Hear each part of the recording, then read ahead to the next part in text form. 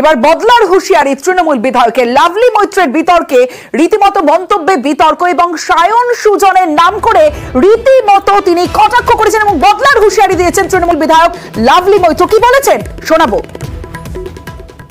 CPIM Sayan Sujan না ঘুরে বেড়ায়, তার একটাই কারণ, বদল হয়েছিল, বদলা হয়নি। 2024-এ দাঁড়িয়ে আমরা এখান থেকে বলছি বদল তো 2011-তে হয়েছিল, 2024-এ বদলাও হবে। হবে তো?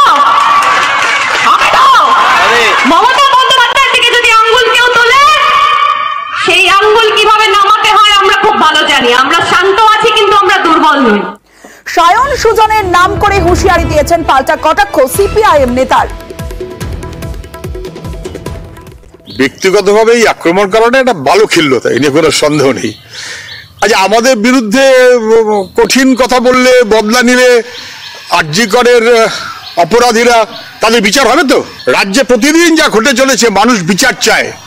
যদি বদলা নিলে বিচার ঠিক মতো মানুষ পাক, যদি না হয় তাহলে যারা এইসব কথা বলছেন বিচারের মুখোমুখি কিন্তু তাদেরও হতে হবে। ভালো খেললো।